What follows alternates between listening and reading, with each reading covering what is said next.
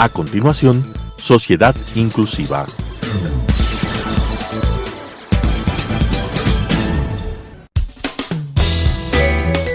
Clasificación A.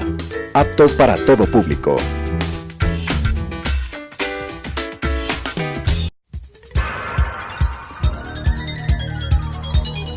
Las opiniones vertidas en este espacio por la producción y dirección del programa son de exclusiva responsabilidad de sus autores y de quienes intervienen en ellos.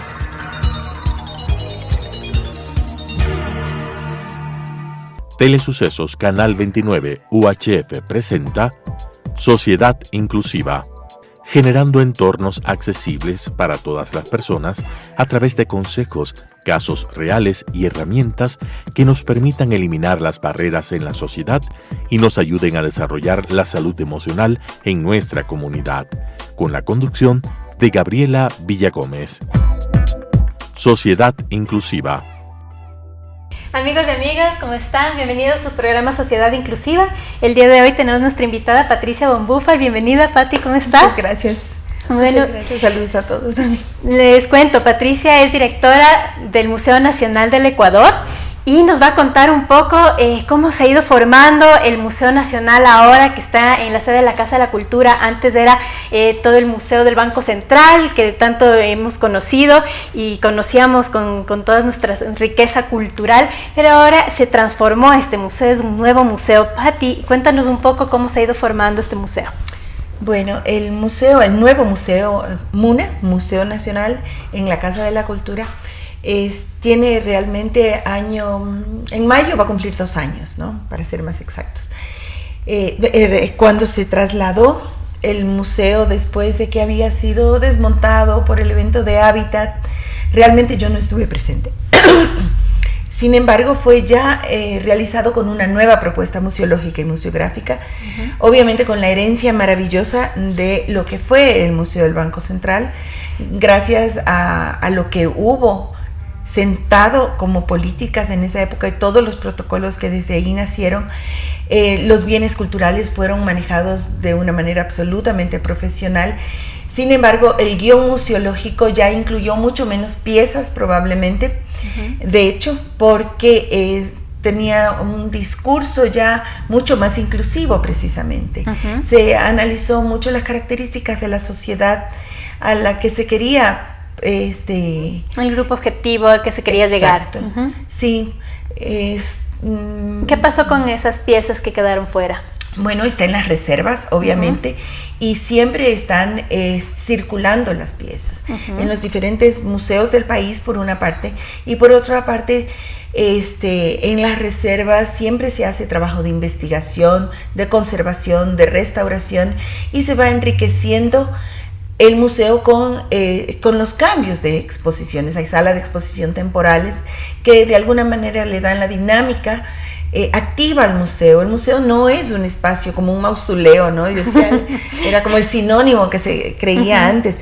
Las cosas estaban en el museo y ahí morían. No, el museo es un espacio dinámico que es respaldado por estas obras que están permanente ahí, siendo además investigadas y protegidas, ¿no? Y ahora con toda esta innovación que existe en la actualidad, como tú dices, Pati, ya el museo no es una cosa de que yo voy a ver más o menos en una percha, una pieza, y entonces así qué bonito, pero todo este bagaje que tiene, ahora ya la situación es mucho más dinámica, y estábamos hablando tras cámara incluso de la parte de accesibilidad. Antes no teníamos conciencia de la diversidad de población que puede visitar un museo. Ahora sí ya tenemos eso en cuenta. ¿Y cómo han hecho para que ahora el Museo Nacional sea más accesible a toda la gente? Bueno, en realidad yo creo que cada vez vamos tomando como sociedad mayor conciencia de las diversidades. La diversidad cultural, la identidad es sumamente diversa. Entonces, hemos intentado, más allá del contenido, que se lo ha trabajado mucho en términos de diversidades, está también las diversidades que a veces les llamamos discapacidades, pero son capacidades diferentes realmente. Así es.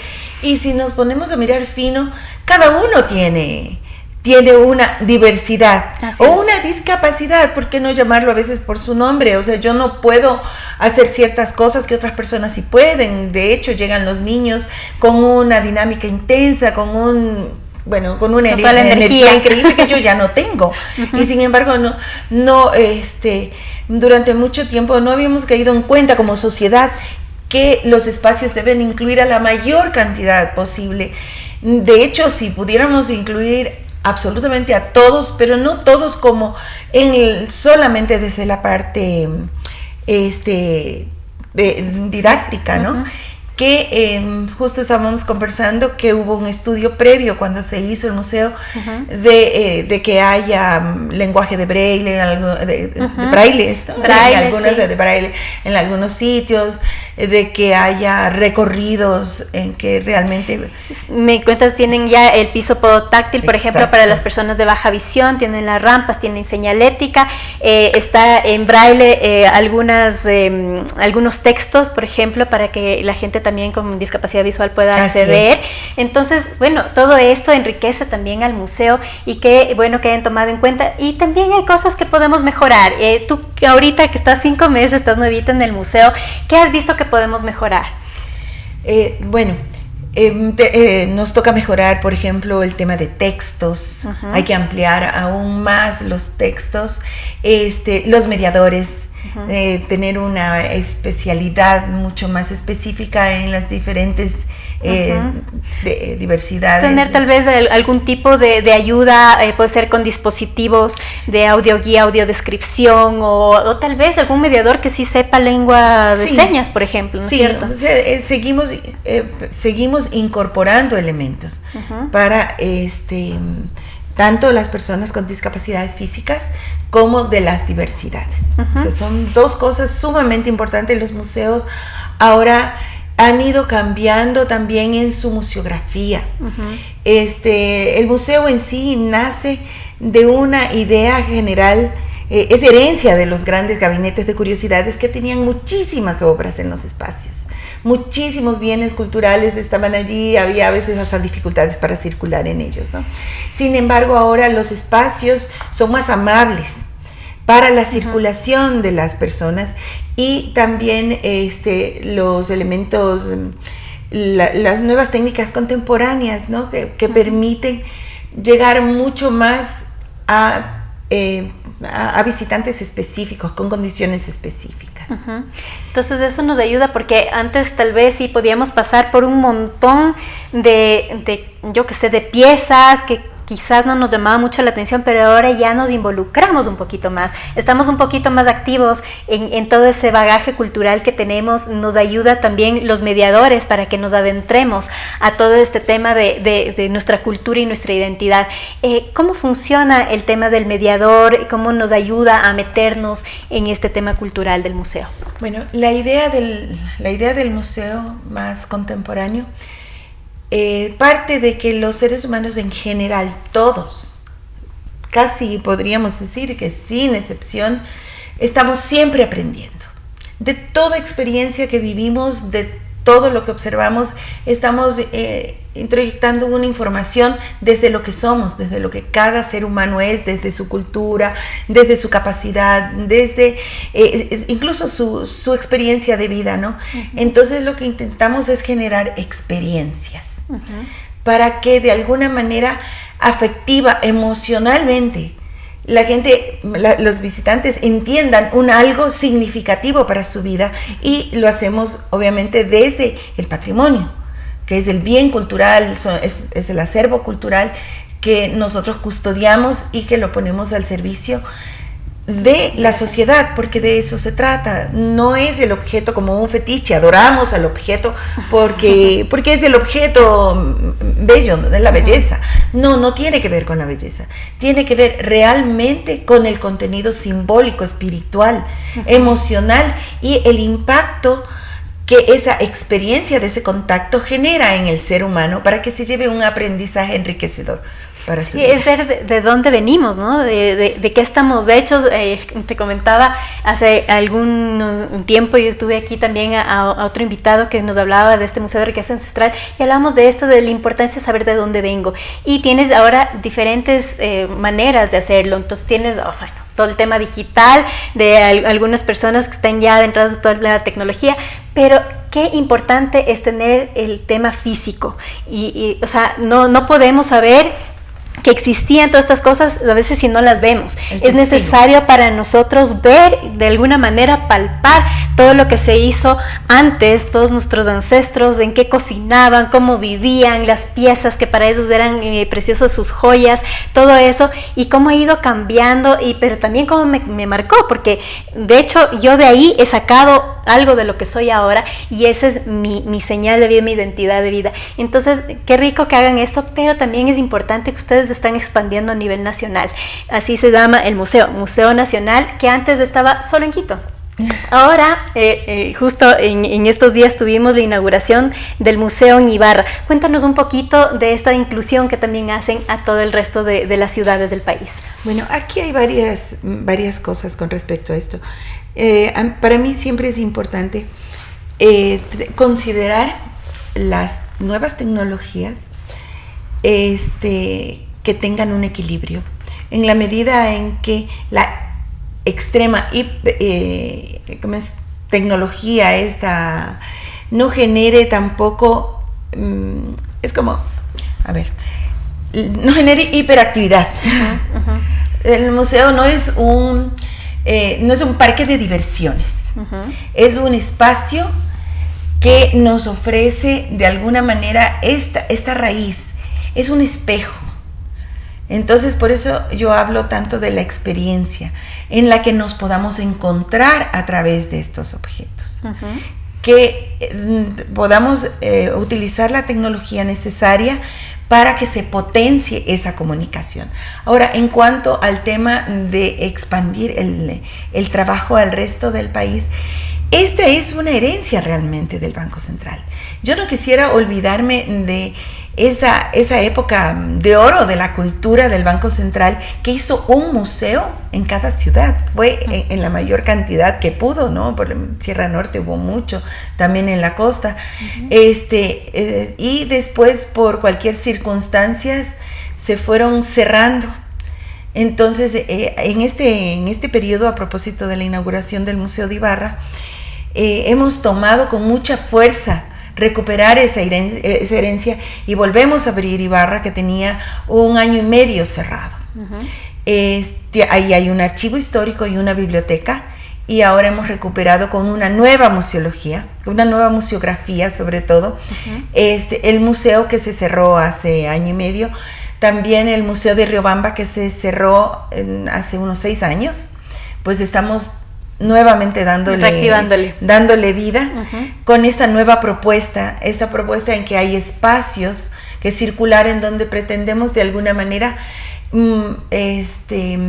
mostrar este espejo en que la sociedad pueda verse y reconocerse a sí mismo a través de los bienes culturales, que están cargados de información simbólica y espiritual, están cargados de historia, son, como tú bien dijiste, son el testigo de que esto que nosotros estamos compartiendo ahora sí existió. Exacto. Está allí. Y yo me acuerdo que antes, cuando éramos pequeños, nos llevaban siempre del colegio como salida de campo a los museos, y era parte de, estás viendo en la historia, en tus cuadernos, en tus textos, lo que pasó con nosotros, y era justamente esa manera de palpar que fue cierto y que así está, y que ahí está toda esa historia plasmada en estas piezas, en este arte, y poco a poco se fue como que perdiendo esto, ¿no? Entonces, ustedes lo están recuperando, están trabajando tal vez con el Ministerio de Educación, con las escuelas, los colegios. De hecho, el Museo Nacional pertenece al Ministerio de Cultura y Patrimonio, y está recuperando todos los museos que por alguna razón se cerraron durante un tiempo, y que estamos renovando las muestras, pero desde una concepción muy contemporánea. O sea, tratamos de que los espacios que estamos generando sean, se los apropie la comunidad. Uh-huh. La comunidad tiene que tener una gran participación. Este no es un espacio de los académicos. A veces nos confundimos. Entonces, es una fuente de sociología sí, es una fuente de estudio para los académicos, a los que agradecemos muchísimo porque de alguna manera nos dan el sustento conceptual, le ponen la veracidad de lo que se está transmitiendo. Sin embargo, las reservas, el archivo histórico, la biblioteca, esos son sus espacios así, bien académicos. El museo no. El museo es un espacio de la sociedad. Es el espacio. Y de los turistas también. Por supuesto, porque esto que nosotros estamos contando y participando y de alguna manera dialogando. El diálogo es muy importante porque hay que recordar que somos un país multicultural, pluridiverso. Las personas que llegan ahí no todas van a ver en el museo lo mismo. Cada uno lo va a ver desde el lugar que le ha tocado vivir en su proceso cultural. Y hay también cambios de exposiciones, tienen esta dinámica también para que, o sea, se vaya. Por ejemplo, yo ahorita voy al museo, veo todo con mi mediador ahí que me guía y todo lindo, y después voy a volver a ver lo mismo, o si tengo algún cambio después de cierto tiempo. Eso es bien importante. Porque, como te decía yo, que en alguna época era como la visión del museo mausoleo. Allí en el museo estaban las cosas que están enterradas porque vamos, las conocemos una vez y le dices a alguien, o le decías a alguien, vamos al museo y te decía, no, ya lo conozco. No, este museo no se lo conoce una sola vez. El museo siempre está teniendo una capacidad de mostrarnos algo diferente, por un lado, y por otro lado están las salas de exposiciones temporales que cumplen esa función. Está el taller educativo que estamos recién consolidando, el taller educativo pues desde la inauguración. ¿Y de qué se trata? ¿Cómo se forma este taller? Bueno, el equipo especializado justamente está permanentemente en el diseño de diferentes actividades dependiendo de las edades y de los grupos.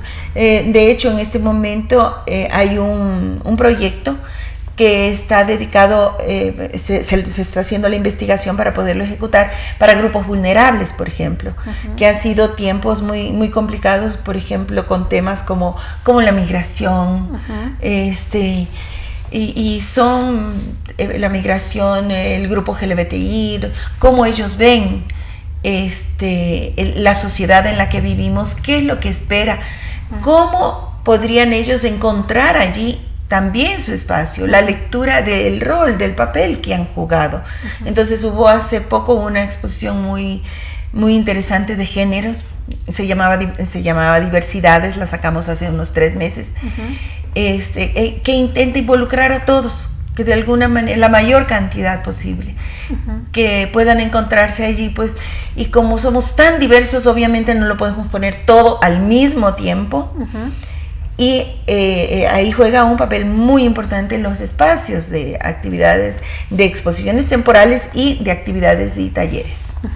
Y eso es bastante importante también para todos nosotros. O sea, no es que yo asisto al museo simplemente porque llevo gente de afuera, entonces para que conozca mi país, y una de las actividades típicas es llevar al museo, o porque quiero llevar a mis hijos, sino que me puede enriquecer también de toda esta diversidad también que tengo en mis compatriotas, en la gente que vive conmigo, en mi propia ciudad, en mi propio país, porque no todos viven como yo, no todos son iguales a mí, entonces yo puedo también abrir esta visión limitada que tengo a toda la dinámica de todo el resto de la sociedad, y eso nos gusta bastante también para poder seguir teniendo este nuevo chip abierto, nuevas expectativas y nueva forma de vivir. Ahora, Pati, ¿qué es lo que están programando para el futuro?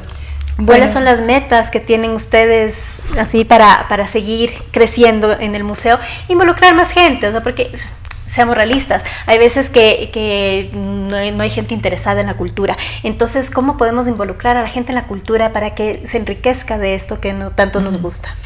Bueno, en este momento específico, como Ministerio de Cultura y Patrimonio estamos enfrentando un reto muy, muy importante que ya se dio en algún otro momento, pero como la sociedad va evolucionando así, va creciendo, entonces ahora parece ser mucho más amplio, en el sentido de que un poco ha estado en la opinión pública, incluso el hecho de que hay que mudarse con todas las reservas del edificio Aranjuez. Yeah. El edificio Aranjuez es un edificio que ha sido el repositorio de los bienes culturales durante años. Y es un edificio que yo no sé, no tengo claro en mi memoria si fue provisional en su momento, pero en todo caso ya en este momento nos es insuficiente por diferentes situaciones. Incluso pues había un informe de que el edificio está en riesgo. Entonces tenemos que mudar todo y al fin vamos a poder cumplir con un añorado sueño que yo como museóloga y como museógrafa tengo, que es que el Museo Nacional puede estar junto a sus reservas, en la misma edificación. ¿Van a trasladar toda la Casa Entonces de la Cultura? vamos a trasladar. No, en este momento el señor ministro está haciendo las negociaciones para encontrar el mejor edificio. Cuando ya esas negociaciones están dadas, pues él será el portavoz. ¿A dónde llevan toda esa riqueza que Exacto. tenemos? Uh-huh. ¿De a dónde nos vamos con todo esto? Sin embargo, ya estamos coordinando el traslado. Uh-huh. El traslado, estamos hablando de alrededor de 50,000 piezas arqueológicas, de 3,000 piezas de arte religioso y republicano. Estamos hablando del archivo histórico con más de 2 millones de documentos en la biblioteca con incunables. Uh-huh. O sea, estamos hablando de un patrimonio realmente importante. Uh-huh. Y tiene que mudarse. Entonces estamos coordinando en este momento de la forma más profesional y técnica con los expertos, con los profesionales que realmente tengan certificación internacional, incluso de movimiento de obras, para hacerlo de la manera más segura, uh-huh, para poder seguir salvaguardando los bienes de la manera que se ha venido haciendo y además dar un mejor servicio, porque un museo con su reserva al lado es mucho más dinámico. Claro. Y siempre pues el museo, digamos, desde que era Museo del Banco Central en la Casa de la Cultura y posteriormente el reciente MUNA, pues ha tenido la añoranza de tener sus reservas en la misma edificación, uh-huh, para que de alguna manera incluso se posesione como el gran Museo Nacional. Uh-huh. Si estamos hablando de Museo Nacional, tenemos que partir de la nación. ¿De qué hablamos cuando hablamos de nación? ¿Y cómo podemos justamente llegar a toda la gente? Tal vez en temas de comunicación, ustedes están manejando ya otro tipo de comunicación para atraer a turistas, atraer a la gente a los museos. Bueno, el Museo Nacional tiene alrededor de 10,000 visitantes al año. Y hay un altísimo porcentaje de extranjeros. Es un porcentaje que va casi directamente proporcional a los turistas que llegan a Quito. Uh-huh. Trabajan directamente con el Ministerio de Turismo. Trabajamos con ellos, pero también de manera independiente y con las, uh-huh, agencias, porque el solo nombre Museo Nacional hace que los turistas lleguen con algo preconcebido. Es decir, ¿cuál es el museo al que no podemos dejar de ir? Al Nacional. Uh-huh. ¿Cuál es el Nacional? Vamos para allá. Uh-huh. Esa es una responsabilidad enorme. O sea, el nombre nomás del museo ya incluye una responsabilidad. Entonces, y por otro lado, obviamente, estamos en este nuevo proyecto de abrirnos cada vez a una comunicación más ágil, ¿no? Uh-huh. Ahora se utilizan las redes como uno de los medios más importantes. Y he visto en museos a nivel mundial que hacen todo este recorrido virtual, que es también súper rico, porque yo ya me voy con esas ganitas de visitar ese museo. Entonces veo el Prado y digo, wow, se ve hermoso, yo quiero ir allá. Cuando vaya allá, tengo que estar, sí, en el Prado. Entonces, tal vez alguna idea de este estilo para el MUNA. Por supuesto. Sin embargo, como te decía, en este año que se nos viene, la comunicación, la información que vamos a estar ofreciendo con más intensidad es el proceso de movilización. Queremos que de alguna manera esto sea, por un lado, un hito. Yo ya estuve averiguando en otros museos del mundo que se han enfrentado a situaciones de traslados, cómo lo han hecho.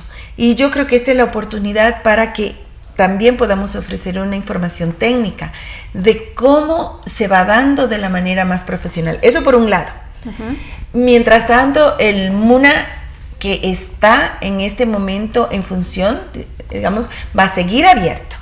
Vamos a seguirlo trabajando, vamos a registrar todo lo que se está haciendo para que de alguna manera siempre esté presente. Tener esta retroalimentación. Exacto. De qué se ha venido haciendo, qué es lo que ha servido para que nosotros sigamos existiendo. Así es. Y cuál es nuestro reto frente a la construcción de un nuevo gran museo nacional. Y tal vez tienen planes de agrandarse un poco más.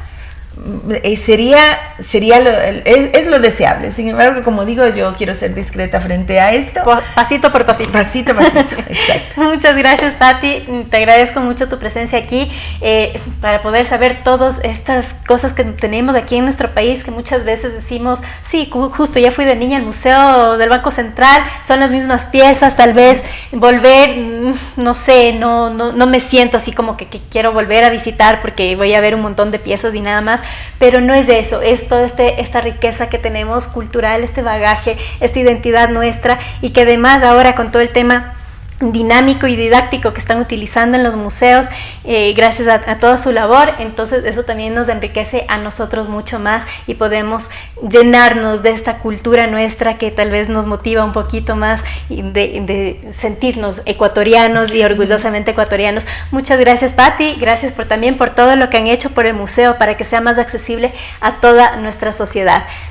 Un mensaje final para nuestros televidentes. Muchas gracias por tus palabras, así diciéndome que gracias a mi labor, realmente es gracias a la labor de mucha gente, porque este es un trabajo que se hace del corazón, realmente es un trabajo. La gente que viene a trabajar conmigo, le digo, después de vivir la experiencia de trabajar en un museo, no vas a querer trabajar en otro lado, porque la pasión por el patrimonio, y que además se expresa a través de lo tangible y de lo intangible, es producto de muchísima gente y de alguna manera es producto de todos.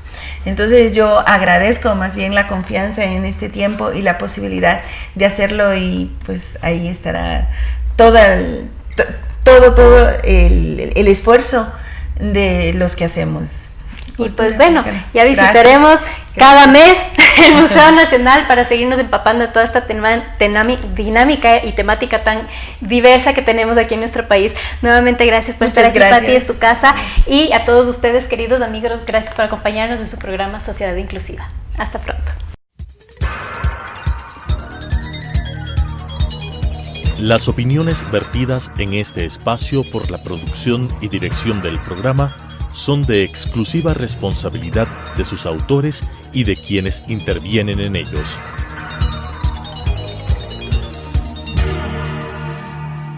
Telesucesos Canal 29 UHF presentó Sociedad Inclusiva, generando entornos accesibles para todas las personas a través de consejos, casos reales y herramientas que nos permitan eliminar las barreras en la sociedad y nos ayuden a desarrollar la salud emocional en nuestra comunidad, con la conducción de Gabriela Villagómez. Sociedad Inclusiva.